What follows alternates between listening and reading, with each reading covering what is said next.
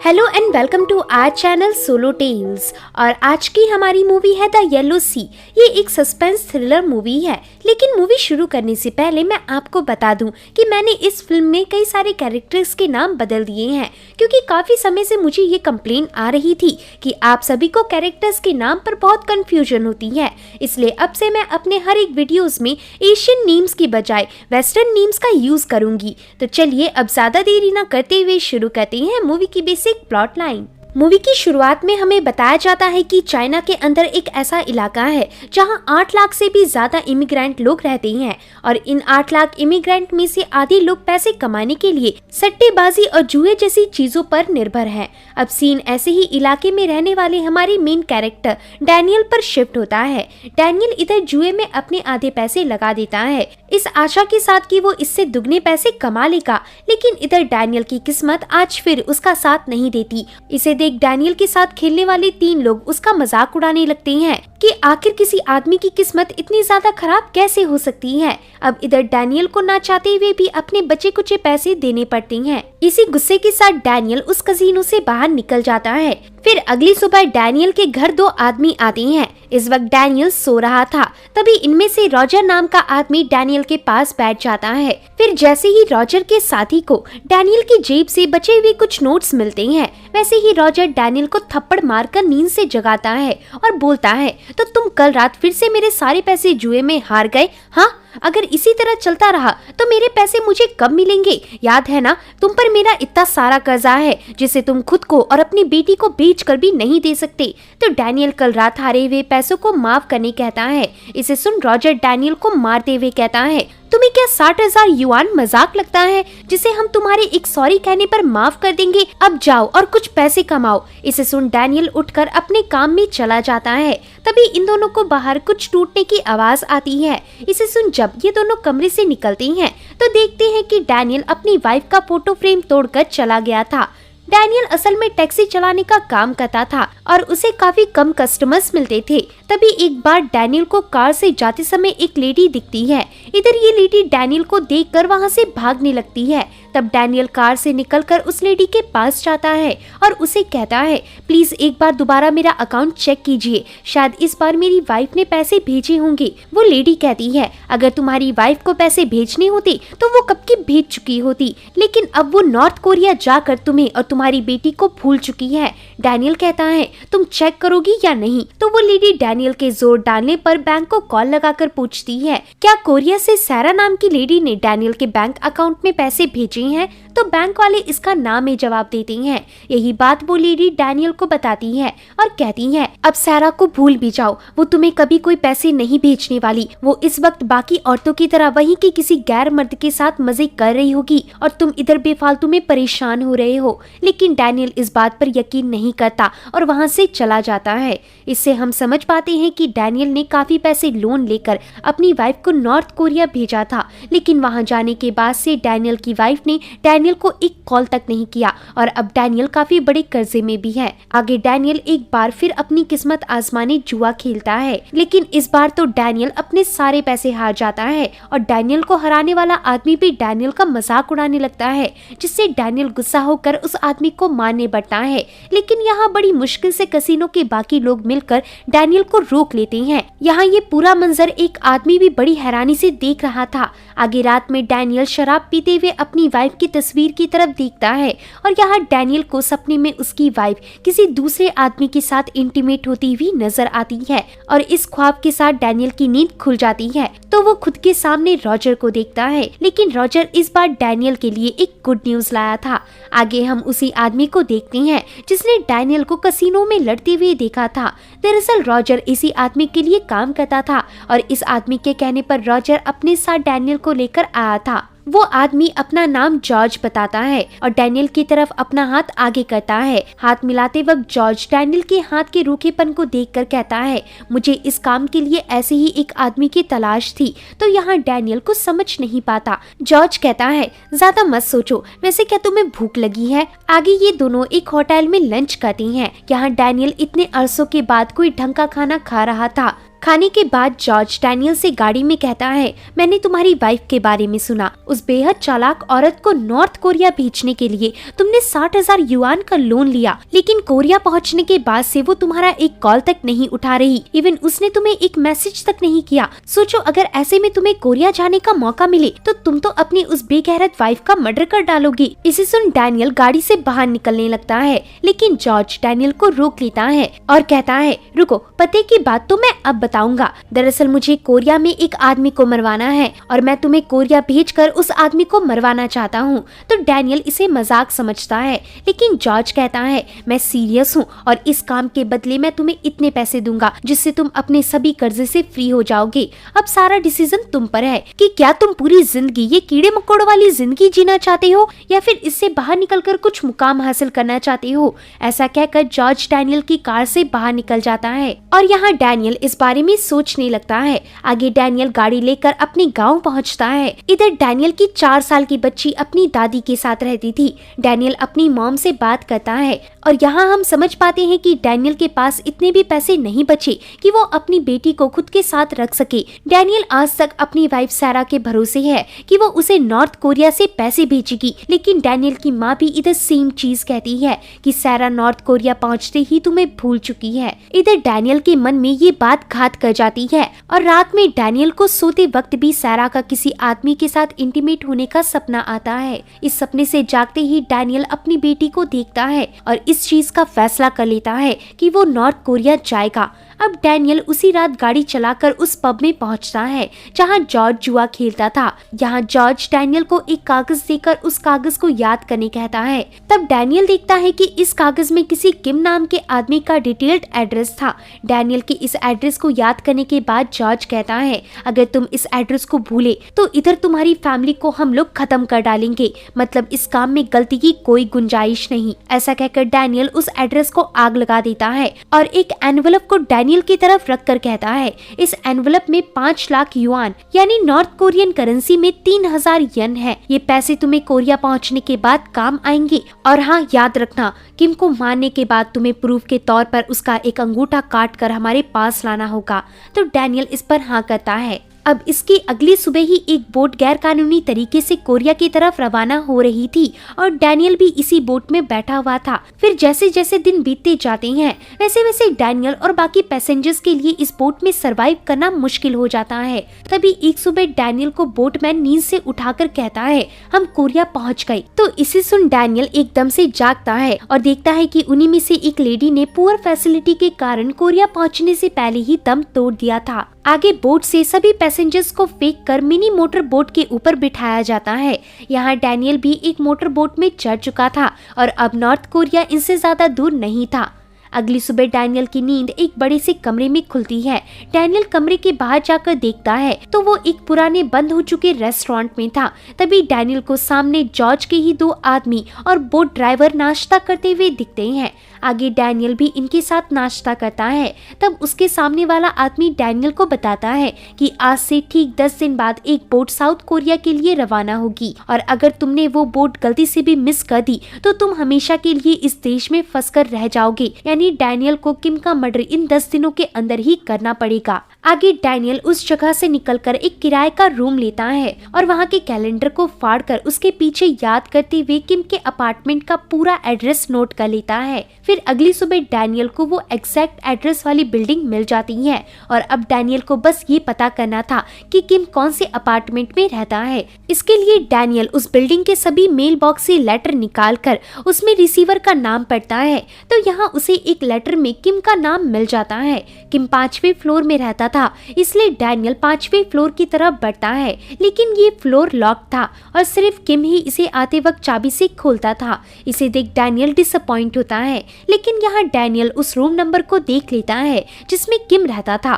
फिर डैनियल उसी अपार्टमेंट की ठीक सामने वाली बिल्डिंग में जाता है और उस बिल्डिंग की खिड़की से किम के अपार्टमेंट की बालकनी में झांकता है तो यहाँ उसे पता चलता है कि किम की एक वाइफ भी थी, मतलब किम शादीशुदा है। तभी डैनियल उस जगह किम की गाड़ी को आते हुए देखता है। अगले दिन से डैनियल किम पर पूरी तरह से नजर रखना शुरू कर देता है। सारा दिन नजर रखने के बाद डैनियल अपने घर आकर कैलेंडर के एक और दिन को मार्क कर देता है क्योंकि डैनियल को किसी तरह 16 तारीख से पहले किम को खत्म करना था। अगली सुबह जब किम अपने काम पर गया होता है और डैनियल के पास करने को कुछ नहीं होता, तो उस दौरान डैनियल एक रेस्टोरेंट की लेडी स्टाफ से अपनी वाइफ सैरा के बारे में तहकीकात करता है, लेकिन स्टाफ बताती है कि मैंने इस लेडी को कभी नहीं देखा। तब डैनियल कहता है इसका नाम सैरा है और इसने 1 साल पहले मुझे खबर की थी कि ये इधर ही काम करती है। स्टाफ कहती है शायद इसके बारे में आपको यहाँ के मालिक से पूछना चाहिए। तो आगे डैनियल को रेस्टोरेंट का मालिक बताता है हाँ, सैरा हमारे रेस्टोरेंट में काम करती थी, लेकिन सिर्फ 2 महीने काम करने के बाद इसने काम छोड़ दिया और सियोल चली गई। डैनियल पूछता है सियोल में किधर गई? मालिक कहता है मुझे नहीं पता। आगे हम रात का सीन देखते हैं। इस वक्त 8 बज रहे थे और यही समय था किम के घर पहुंचने का। इधर डैनियल देखता है कि किम के अपार्टमेंट के सामने काफी भीड़ थी, साथ ही अपार्टमेंट के अंदर से बहुत सारे लोग बाहर निकल रहे थे, इसलिए डैनियल अंदर जाने की बजाय भीड़ कम होने का इंतजार करता है और किसी तरह ठंड में इंतजार करते करते जब रात के 3 बज जाती हैं और ठंड भी काबू हो जाती है, तब डैनियल 5th फ्लोर के अंदर जाकर लॉक को खोलने की कोशिश करता है ताकि किम के कमरे के पास उसका इंतजार करके उसे मार सके, लेकिन डैनियल ऐसा करने में कामयाब नहीं होता और वहां से जाने लगता है। तभी नीचे आते ही डैनियल देखता है कि किम अपने घर आ गया था, लेकिन किम के साथ उसका ड्राइवर भी मौजूद था। इसे देख डैनियल की हालत टाइट हो जाती है। वहीं किम डैनियल से पूछता है तुम हो कौन? मैं तुम्हें पहली बार इस बिल्डिंग में देख रहा हूँ। तो यहाँ डैनियल बगैर कुछ कहे वहाँ से जाने लगता है, लेकिन किम डैनियल को रोकता है और उसे अपने पास बुलाता है। किम को लगा था कि डैनियल उन्हीं लोगों में से है जो इलीगल तरीके से कोरिया आए हैं और इसी वजह से इन लोगों के पास रहने के लिए छत नहीं है, इसलिए किम डैनियल पर दया खाकर उसे कुछ पैसे ऑफर करता है, लेकिन किम को मालूम नहीं था कि यही आदमी उसे मारने की फिराक में है। खैर यहाँ डैनियल पैसे लेकर किम की नजरों से गायब हो जाता है, लेकिन डैनियल अब भी छिपते हुए किम के ड्राइवर को देख रहा था ताकि ड्राइवर के यहाँ से निकलने का समय पता कर सके। तब इधर ड्राइवर 5th फ्लोर की बत्ती जलता देख वहाँ से अपनी गाड़ी लेकर निकल जाता है।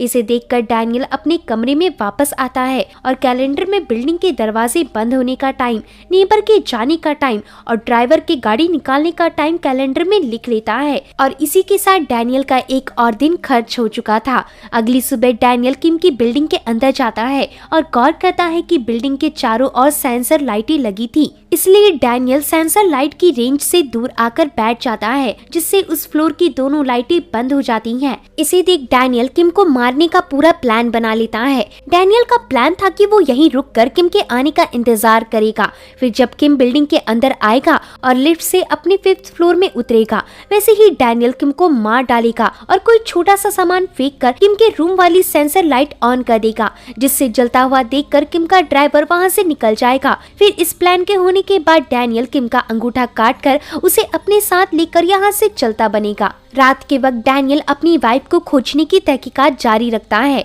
और इस दौरान डैनियल की मुलाकात एक शॉप ओनर से होती है जो सैरा को जानती थी। उस शॉप ओनर ने डैनियल को बताया था कि सैरा से मिलने यहाँ अक्सर उसका एक जापानीज कस्टमर आता था। उस कस्टमर का नाम तो किसी को नहीं पता, लेकिन वो अक्सर यहाँ डिलीवरी करने एक सफेद ट्रक के साथ आता था। तो उस दिन के बाद से डैनियल ऐसे सफेद ट्रक का इंतजार करने लगता है और तभी वहाँ वैसी एक ट्रक आ जाती है। इस ट्रक से निकलने वाला आदमी भी बहुत हद तक जापानीज लग रहा था। डैनियल इस आदमी को रोककर अपनी वाइफ की फोटो दिखाता है। फोटो देखते ही उस जापानीज आदमी के एक्सप्रेशन बदलते हैं। तब डैनियल उस आदमी को बहुत मारता है और उससे पूछता है कि मेरी वाइफ कहाँ है। आगे डैनियल उस लोकेशन में जाता है जहां का पता उसे उस जापानीज आदमी ने दिया था। डैनियल के काफी नॉक करने के बाद भी अंदर से कोई आवाज नहीं आती। तभी डैनियल देखता है कि दरवाजा पहले से ही खुला हुआ था। इसे देख डैनियल उस घर के अंदर जाता है। इस घर में बहुत सारे सामान किसी कबाड़ की तरह बिखरे हुए थे और इन्हीं के बीच एक बच्चे का टूटा हुआ फोटो फ्रेम था।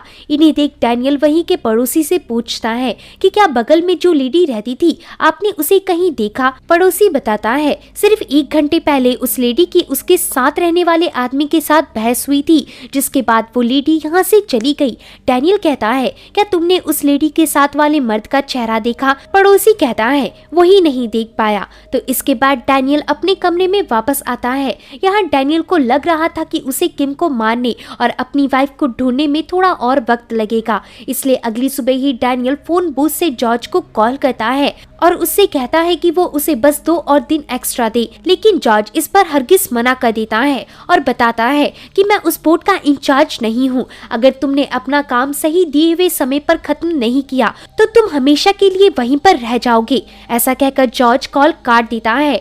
यहाँ पर डैनियल को अपनी वाइफ को सिर्फ 1-2 दिन में ढूंढना था, इसलिए डैनियल सारा के पड़ोसी के पास जाता है और उसे कुछ पैसे देते हुए कहता है, अगर तुम्हें तुम्हारी साइड वाले अपार्टमेंट में कोई लेडी या फिर कोई जेंट वापस आता हुआ दिखे तो मुझे जरूर कांटेक्ट करना। तो ये जुगाड़ करने के बाद डैनियल अपने घर में पड़ा चाकू उठाकर उसे एक सफेद कपड़े में फोल्ड करता है। इसका मतलब आज डैनियल का आखिरी दिन था किम को खत्म करने का। रात के 3 बजने वाले थे और यही वक्त होता है किम के ऑफिस से बाहर निकलने का, इसलिए डैनियल किम के घर की तरफ जाता है। लेकिन यहाँ पहुँचने पर डैनियल को ऑलरेडी 2 आदमी खड़े दिखते हैं।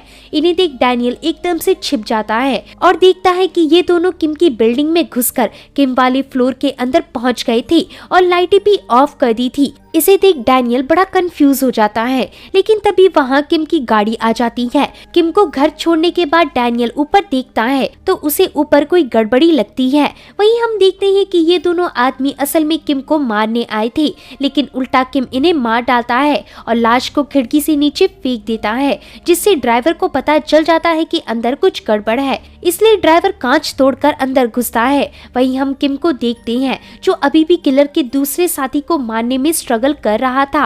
बाहर डैनियल भी ये सब होता देख थोड़ा घबरा जाता है और आहिस्ता से अपार्टमेंट के अंदर बढ़ता है। तो यहाँ डैनियल को देखने को मिलता है कि किम को मारने का प्लान असल में किम के ड्राइवर का ही था। यहाँ ड्राइवर डैनियल की तरफ भी चाकू लेकर बढ़ता है, लेकिन ड्राइवर के हाथों से चाकू छूट जाती है और यहाँ ये दोनों हाथापाई पर उतर आते हैं। लेकिन तभी ड्राइवर नीचे गिर जाता है और उसकी अपने आप वहीं मौत हो जाती है। ये देख डैनियल काफी शॉक्ड होता है, लेकिन इधर डैनियल को अपना काम भी खत्म करना था, इसलिए डैनियल किम का अंगूठा काटने लगता है। अंगूठे को लेकर डैनियल जैसे ही रखता है तो देखता है कि किम की वाइफ ने उसे ऐसा करते हुए देख लिया था और उसे लग रहा था कि सारी हत्याएं डैनियल ने ही की हैं। वहीं डैनियल जानता था कि उसके समझाने से किम की वाइफ कुछ नहीं समझेगी, इसलिए डैनियल वहां से भागने लगता है।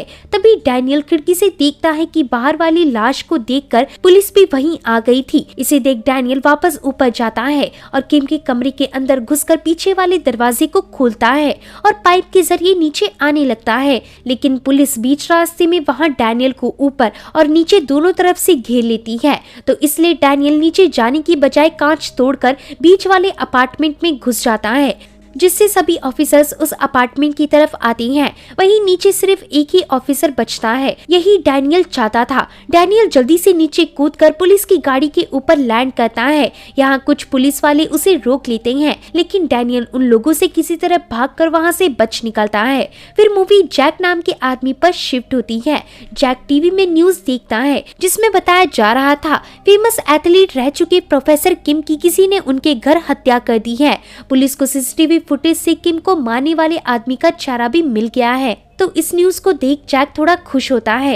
सीन वापस से डैनियल पर शिफ्ट होता है, जो अपनी बोट के आने का इंतजार कर रहा था। लेकिन सामने वाला बोट देखने पर डैनियल को पता चलता है कि जिस बोट का वो इंतजार कर रहा था वो कल रात को ही यहाँ से रवाना हो गई। इसे देखने के बाद डैनियल जॉर्ज से कांटेक्ट करने की कोशिश करता है, लेकिन जॉर्ज एक बार भी उसका कॉल पिक नहीं करता, जिससे डैनियल समझ जाता है कि जॉर्ज ने जानबूझकर उसे इधर लाकर फंसा दिया है। दूसरी तरफ जैक अपने एक लेफ्ट हैंड मैक्स से कहता है, मैं नहीं जानता, पर तुम किसी तरह उस अनजान चाइनीज आदमी को पुलिस के मिलने से पहले ढूंढ निकालो और ढूंढते ही उसे खत्म कर देना, क्योंकि अगर वो आदमी पुलिस के हाथों लगा तो पुलिस किसी तरह पता लगा लेगी कि किम को हमने मरवाया था। तो मैक्स इस काम के लिए मान जाता है। दूसरी तरफ डैनियल उन लोगों से कांटेक्ट करने की कोशिश करता है जो उसके साथ ही नॉर्थ कोरिया आए थे। डैनियल को मैप से पता चलता है कि वो जगह ह्वांगसुंग सिटी में है। इसके लिए डैनियल हुआंगसू सिटी जाने वाली बस में चढ़ता है, लेकिन रास्ते में ही पुलिस बस रोक लेती है और बस के अंदर जाकर डैनियल को ढूंढने लगती है। वहीं डैनियल अपना चेहरा छिपाने की कोशिश करता है, लेकिन पुलिस को डैनियल पर शक हो गया था, इसलिए डैनियल उस पुलिस वाले को मार मार कर बेहोश कर देता है और कांच तोड़कर बस से बाहर निकल जाता है। लेकिन बाहर आते ही एक पुलिस वाला डैनियल पर गन तान लेता है और यहाँ डैनियल को ये लोग लगभग पकड़ ही लेते हैं, लेकिन तभी पुलिस वाले का ध्यान भटकता है और इसी मौके को देखकर डैनियल उस पुलिस ऑफिसर की गन छीनने की कोशिश करता है और इसी कोशिश में उस ऑफिसर के पैर में गोली चल जाती है। वहीं डैनियल वहाँ से भाग जाता है। डैनियल भागकर झाड़ियों की तरफ पहुँचता है। दूसरी तरफ पुलिस भी अपने कुत्तों के साथ झाड़ियों में डैनियल को खोजने निकलती है। वहीं डैनियल को काफी चोटें आ चुकी थी और अब डैनियल को पछतावा हो रहा था कि कम से कम वो अपने देश में सुरक्षित तो था, लेकिन अब पुलिस और गुंडे दोनों एक साथ उसके पीछे पड़े हैं। आगे डैनियल किसी तरह हिम्मत करके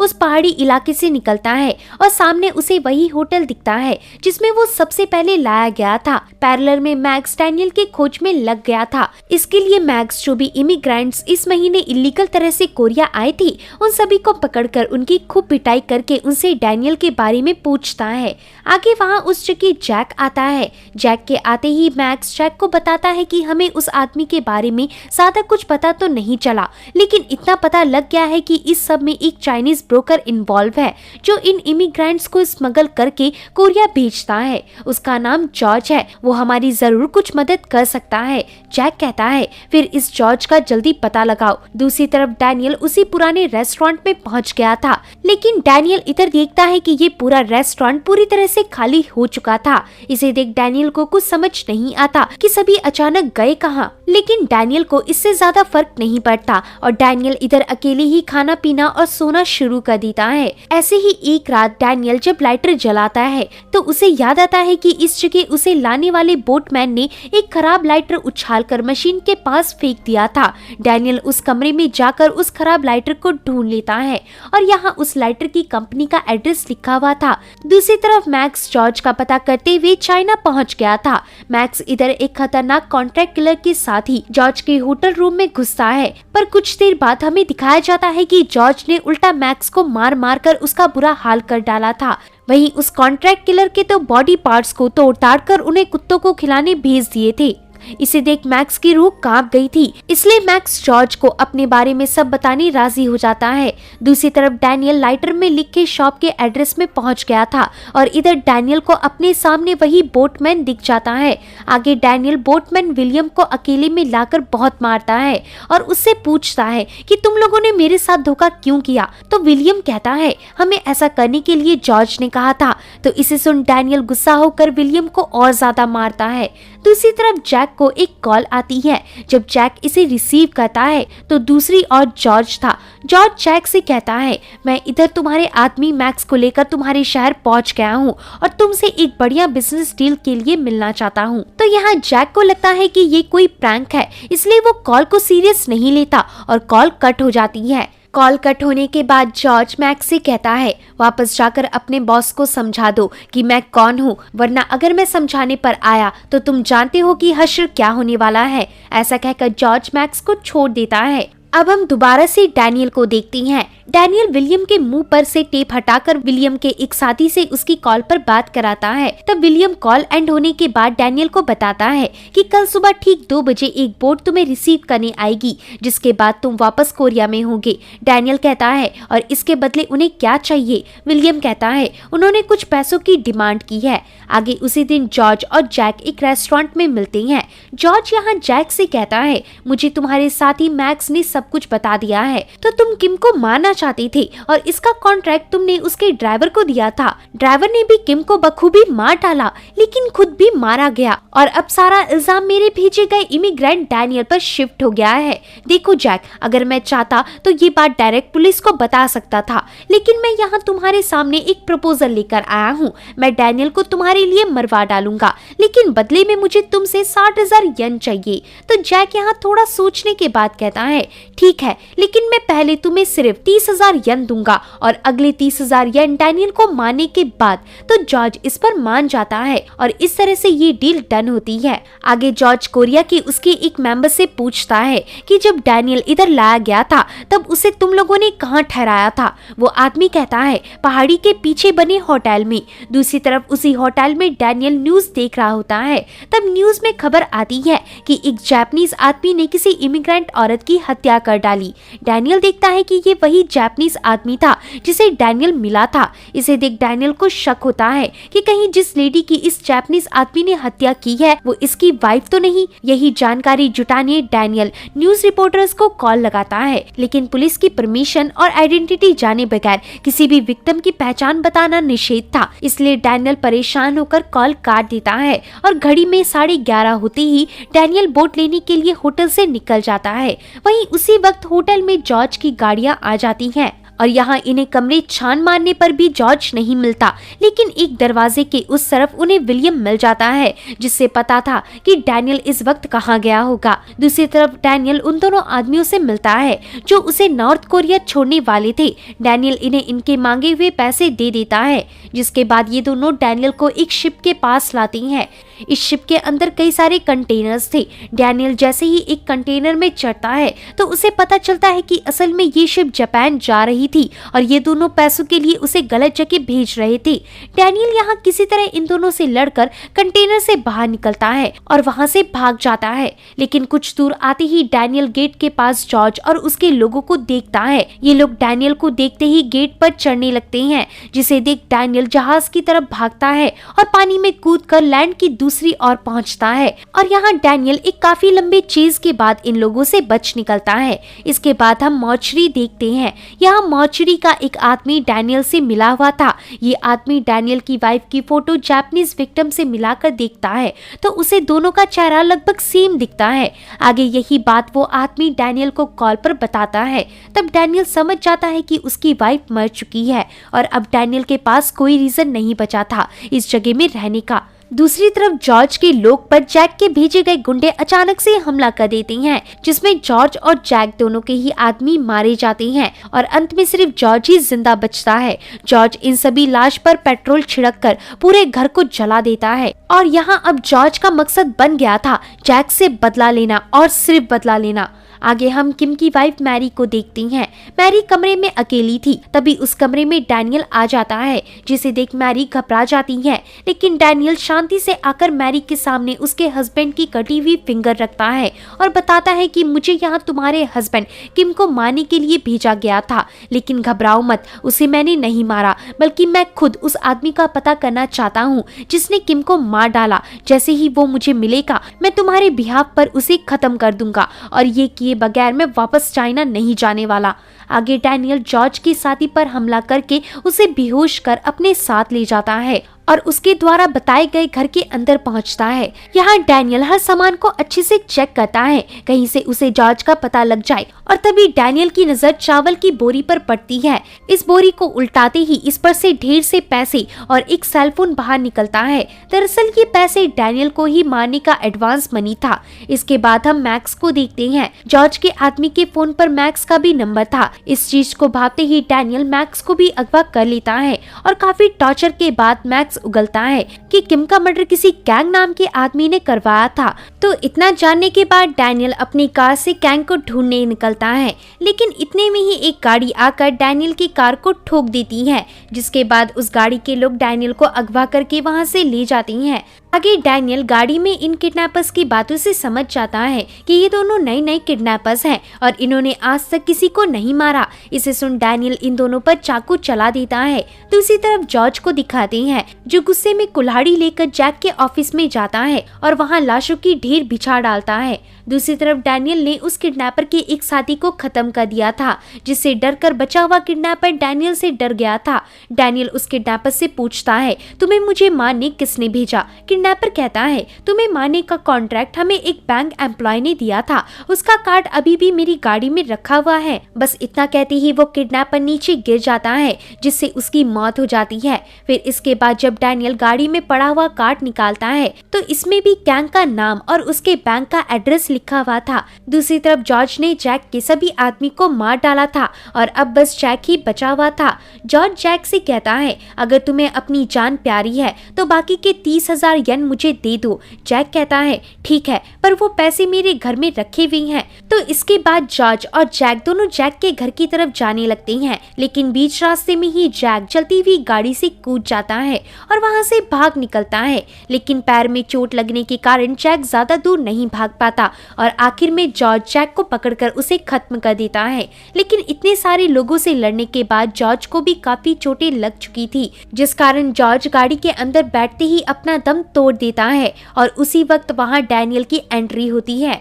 डैनियल इन दोनों को मरा देख जैक के पास पहुँचता है। यहाँ कंपनी के कार्ड से डैनियल पहचान जाता है कि यही आदमी जैक था। जैक के अंदर अभी भी थोड़ी सी जान बाकी होती है और वो खुद से ही कह रहा होता है, वो नामुराद किम मेरी वाइफ के साथ मेरे ही कमरे में इंटीमेट होता था, तभी से मैंने फैसला कर लिया कि मैं उसे मरवा डालूंगा। तो डैनियल को समझ आ जाता है कि जैक ने किम को इसलिए मरवाया था क्योंकि उसकी वाइफ के साथ किम के सीक्रेट अफेयर थे। आगे डैनियल उसी मॉर्चरी वाले दोस्त को पैसे देकर उससे अपनी वाइफ की अस्थियां ले लेता है, यानी किम अब वापस चाइना चला जाएगा। अगली सुबह हम किम को बैंक में देखते हैं। दोस्तों, इसी बैंक का कार्ड किम को गाड़ी से मिला था और इसमें जो नाम लिखा हुआ था उसी नाम का बैंक एम्प्लॉय डैनियल के ठीक सामने था। उस एम्प्लॉय के साथ वहाँ मैरी भी मौजूद थी। इसे देख डैनियल का दिमाग सभी कड़ियों को जोड़ने लगता है और उसे याद आता है कि उसे किडनैप उसी दिन किया गया था जब उसने मैरी के सामने जाकर ये कहा था कि वो किम के किलर को ढूंढ कर रहेगा,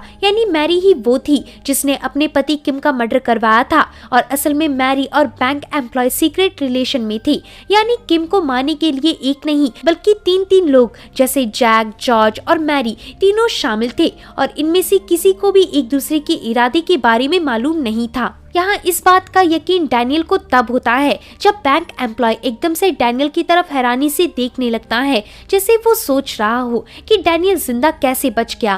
खैर, डैनियल उस बैंक से निकल जाता है क्योंकि डैनियल को बस ये पता करना था कि किम को मरवाने के पीछे किसका हाथ था और इसका जवाब डैनियल को मिल गया था। अब डैनियल सीधा एक बोट में पहुंचकर वहाँ के बोटमैन को चाकू दिखाकर चाइना चलने कहता है, जिसके बाद बोटमैन ऐसा ही करता है। लेकिन यहाँ बोट के अंदर डैनियल को उसकी वाइफ सैरा के सपने आती हैं और सैरा की इन यादों के साथ ही डैनियल बोट में अपना दम तोड़ देता है। दोस्तों, इस मूवी के एंड में हमें ये नहीं बताया गया कि डैनियल की बेटी और डैनियल की माँ के साथ क्या हुआ, लेकिन हम ये अंदाजा लगा सकते हैं कि शायद उन दोनों को भी जॉर्ज के आदमियों ने मरवा डाला होगा। और रही बात सैरा की, तो सैरा का रिलेशन उस जापानीज आदमी के साथ था, लेकिन इन दोनों के रिश्ते में काफी अनबन होती रहती थी, जिसके कारण उस जापानीज आदमी ने सैरा को मार डाला। तो होप है कि दोस्तों आपको ये मूवी पसंद आई होगी। अगर वीडियो पसंद आता है तो वीडियो को लाइक और चैनल को सब्सक्राइब करें। मिलते हैं ऐसे ही एक और मजेदार वीडियो के साथ, तब तक के लिए आप अपना ध्यान रखें। धन्यवाद।